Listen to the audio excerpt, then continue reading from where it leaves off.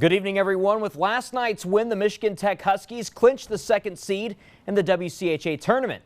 But for the Wildcats, the only way to secure a tournament spot was to win. Blizzard T. Husky was tossing around the old pigskin before the contest got underway. Only a minute and 5 seconds into the contest, and it would be the Huskies up courtesy of Joel Lesperance, who cleans up this miss and beats Ante Tolvanen. It's 1-0 in favor of the Huskies.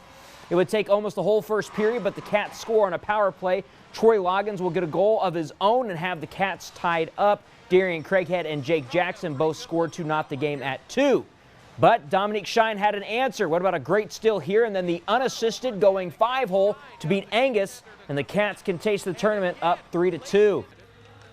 But 6 seconds later, the Huskies are playing spoiler again. Gavin Gould will deflect a shot in, and the game is tied up at 3-all. But it was Northern who had to fight to stay alive in the third, and Shane Sooth was in the right place at the right time to deflect a Dom Shine shot in. Cats are up 4-3, and the Wildcats' Gerard Hansen added an empty netter late in this contest to secure a spot in the WCHA tournament. So let's head to the scoreboard to see where the Cats will end up.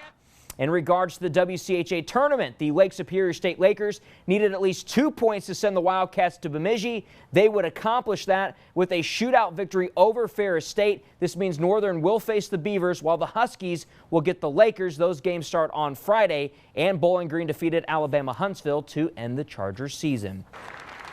In high school boys basketball, it was senior day at Forest Park as the Trojans met second-ranked Kearney NATO of the Little Five poll. We'll pick up the action in the third quarter. The Wolves' Preston Losher finds Hunter Eichhorn behind the three-point line. He buries it and in the process becomes the 30th player in Kearney NATO history to record 1,000 or more points in his career. The Wolves trailed 32-31. And, remember, Hunter Eichhorn's going to go play golf at the next level. Eichhorn had 16 points. To the fourth quarter, the Wolves' Jacob Kleiman dances through the lane and hits the layup to knot the score at 35. Kleiman also had 13 points. Forest Park responds. Dan Nasserini spins on Eichhorn and heads right to the basket for 2, allowing the Trojans to take the lead at 37-35. Next Trojan possession, Nasserini inside to Jacob Fursanko. He misses the bunny but sticks with it. The putback and the foul. Fursanko made the free throw. It's 40-35 Forest Park. He led his team with 13 points. Trojans defense was tough all day. That's Nasserini with the rejection on Jordan Janowski.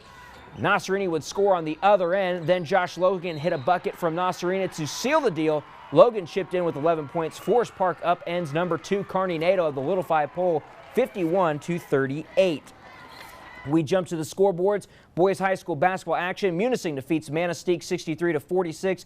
The Mustangs' Cade Contreras had 21 points. The Emeralds' Darian Nichols scored 23 in the loss. On the girls' side, the Mustangs also won 91-36 over the Emeralds. Frankie Matson records a double-double with 18 points, 10 rebounds, and 4 other Mustangs were in double figures. In women's college basketball, a lot of UP connections. North Dickinson's Miranda Jacobson poured in 19 points and grabbed 9 rebounds as second-seeded Lakeland defeated top-seed Concordia, Wisconsin 64-60 in the final of the Northern Athletics Collegiate Conference. The Muskies earn an automatic berth to the NCAA Division III tournament. Gwyn's Tori Lauren had 8 points, 8 rebounds, and 4 blocks off the bench. Norway's Bailey Gravold scored 6 points and added 2 assists for Lakeland. Spring training baseball as the Tigers get the win over the Astros and the Brewers fall to the Angels. Well, we head to the Superior Dome where the weather, of course, was not a factor for the Dome tournament. Top of the 5th, Sabres up 2-0, and Olivia Hartley will get a bouncer to center field where former Norway Knight Hartley Castor keeps the runners at bay with that throw towards home. But the next batter up was Gianna Esposito, and she had the bases jacked in. She will go oppo over the second baseman's head, which brings home Tiffany Castillo. It was 3-0 Sabres. Then the next batter up was Sarah Terrain, and the senior, she smacks it to the fence. That allows Charlotte Pegram and Olivia Hartley to come around to score. It was 5-0 in favor of the Sabres at this point, and their attack only continued. Another opposite field hit there, scored 2 more runs. It was 7-0 Sabres, and they go on to win this one 8-0.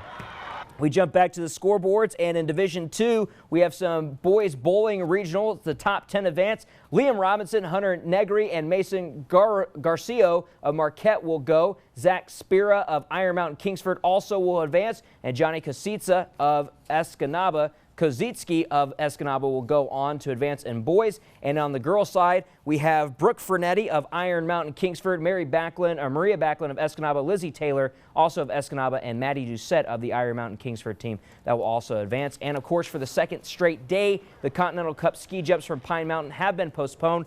Those are supposed to be picking up tomorrow with 4 runners jumping at 8 a.m. Central Time. And of course, for more sports scores and highlights, you can visit us online at uppermichigansource.com. Well, hopefully weather is permitting and you'll have the highlights tomorrow night. Absolutely. I'm going to make the trip down there and climb some stairs. Yeah, thanks, Ethan. You're welcome.